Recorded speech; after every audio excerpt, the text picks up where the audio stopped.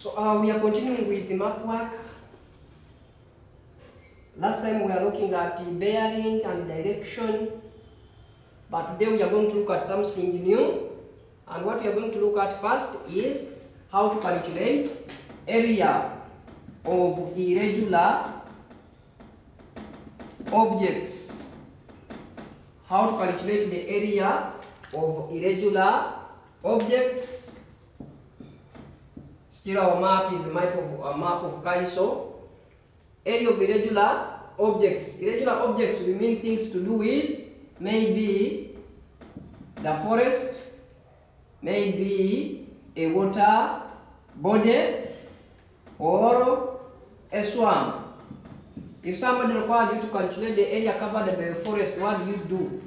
Somebody wanted you to calculate the area covered by the water body. The water body could be a lake or a river. How do you calculate the area of a river? Area covered by the river. Area covered by the forest. For this case, we have our water body here, maybe Lake Albert. And somebody gave you a question, calculate the area covered by Lake Albert. So what do you do? The first thing to do is, of course, state the formula which says number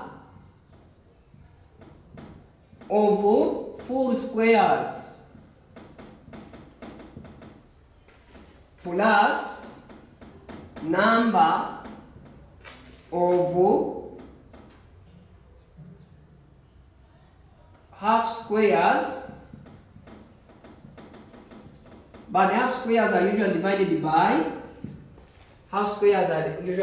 by 2 to make them full, because we consider them to, when you are divided by 2, consider them to be full.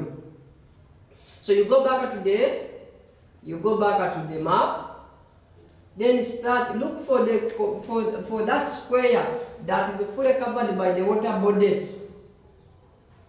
For instance, this one is not fully covered, that one is not fully covered, that one is not fully covered. Those ones which are fully covered, this one is fully covered. You say 1. This one is 1. Is this fully covered? No. This one, yes. 2. This one, yes. 3. This one, yes. 4. This one, yes. 5. This one, no. This one, no. This one is fully covered, it is 6. The rest, yeah, this one is 7, is also fully covered. So we have 7 full squares. Full squares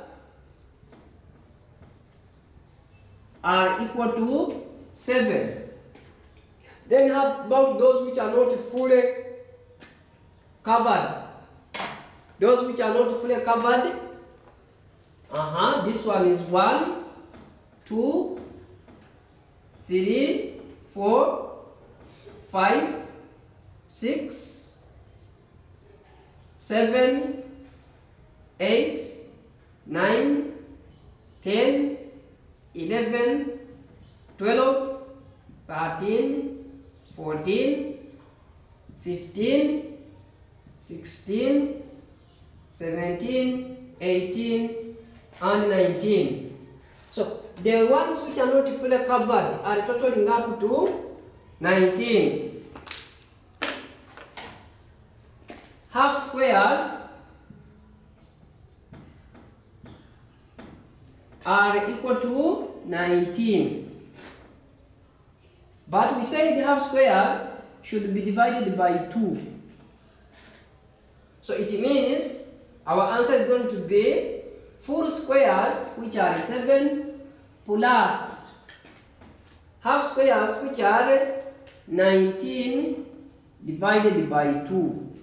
So this will equal to 7 plus 19 divided by 2 is 9.5.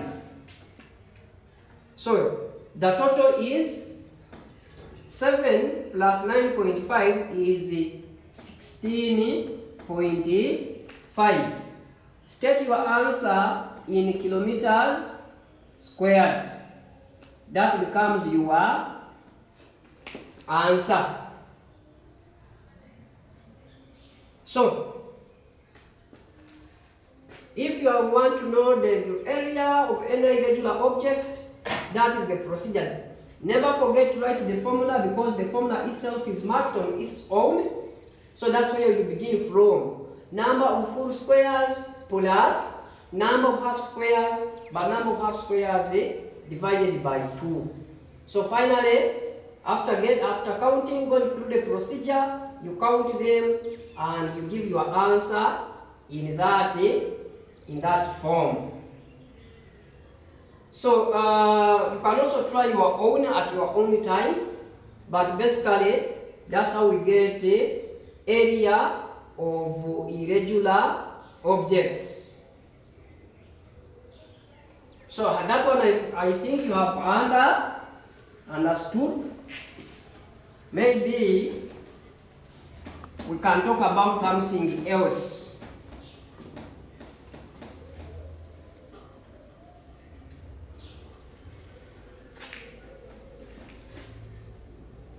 We can talk about distance.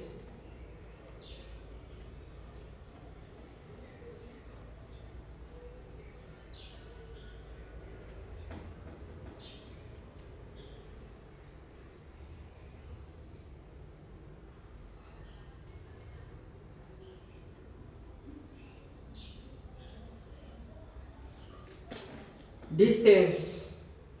Say maybe a road. How do you calculate the distance of irregular objects?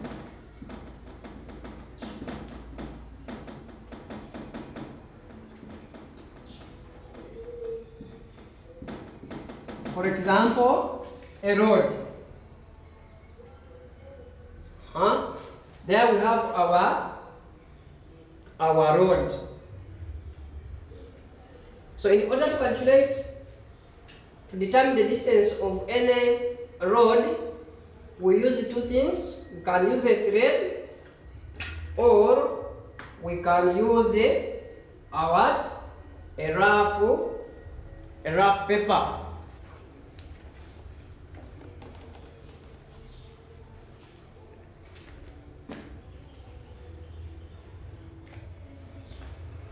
So we get our rough paper like this. We mark where we are going to start from. Then after that, go slowly as you follow the route. Mark both on the rough paper and on the map like that. Turn, because the road has so many bends. Wherever you reach, you mark, you turn. You reach, you mark and turn, and mark like that,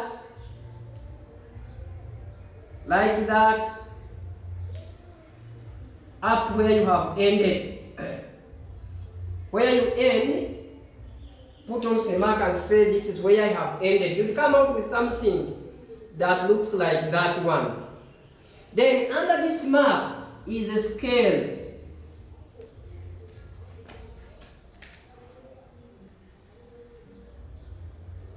This scale is graduated into a number of boxes and marked in kilometers.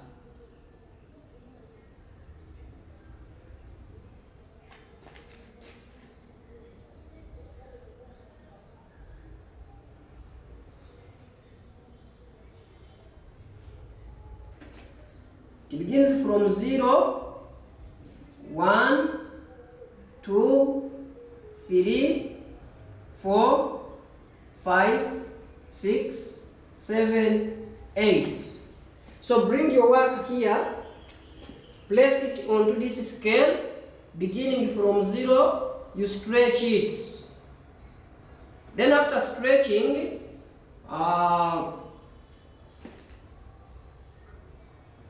here at this point is 5. You write 5, but there is a balance which we don't know because you cannot make it up to 6. So this balance which I don't know that cannot make it up to 6, I bring it down here using that small square. So I count the number of small squares, maybe they are 4, I say 5.4, I state my answer in kilometers.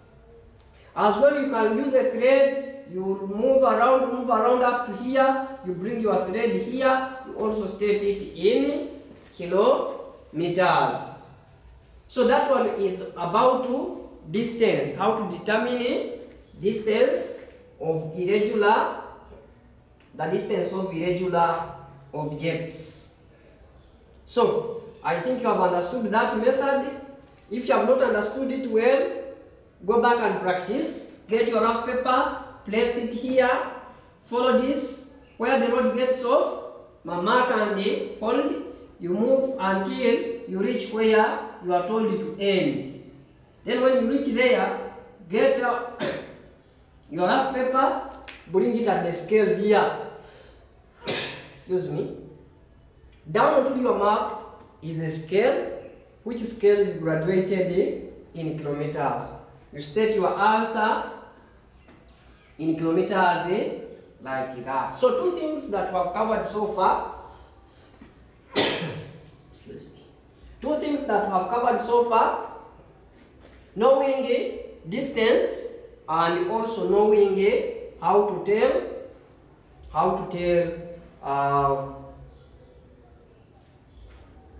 area of irregular objects. With the area, you count the small squares, write them somewhere, count the number of full squares, write them somewhere, add them together.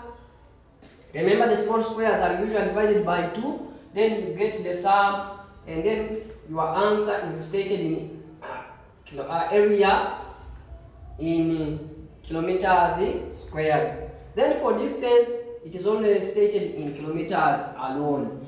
If you always say you forget the kilometers, then we don't know what it is. Maybe you are talking about cows. When you forget that, your answer will be null and void.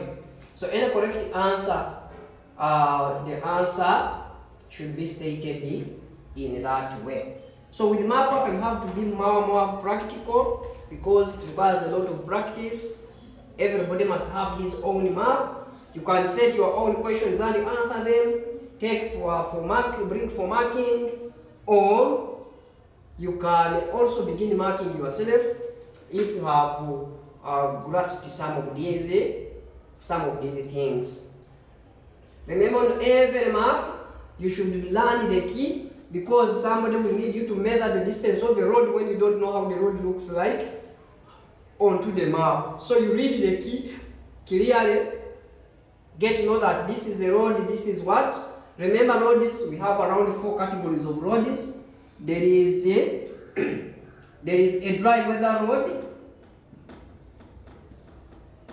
on the map.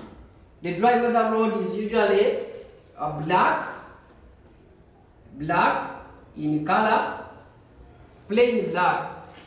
Then there is a loose surface road.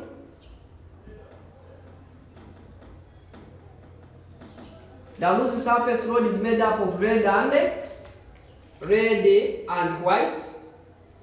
Then there is what we call bound surface road. Bound surface road is purely red. Then we have footpaths. Footpaths. Others are motorable, others are not motorable. So these are the categories of roads. we should be in a position to know them, and the only way we can know them is studying the key, reading the key down onto your map extract, such that you're not caught offside.